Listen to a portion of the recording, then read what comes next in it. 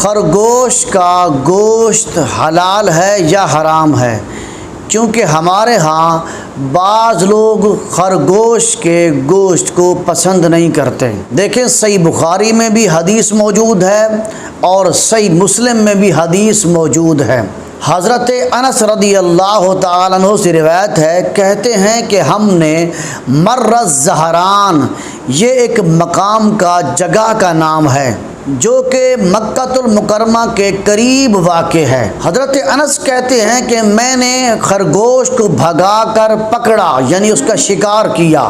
میں اس کو حضرت ابو طلحہ رضی اللہ تعالیٰ عنہ کے پاس لایا تو حضرت ابو طلحہ رضی اللہ تعالیٰ عنہ نے اس خرگوش کو ذبح کیا اور اس کی پٹھ اور رانوں کے گوشت کو آقا حضور نبی اکرم صلی اللہ علیہ وسلم کے خدمت میں بھیجا۔ تو حضور نبی اکرم صلی اللہ علیہ وسلم نے خرگوش کے گوشت کو پسند فرمایا، قبول کیا۔ یہ حدیث صحیح بخاری اور صحیح مسلم میں متفق علیہ حدیث ہے۔ اس حدیث کی روشنی میں پتہ چلا کہ خرگوش کا گوشت کھانا بھی جائز ہے، بلکہ رسول اللہ صلی اللہ علیہ وسلم کی سنت مبارکہ ہے۔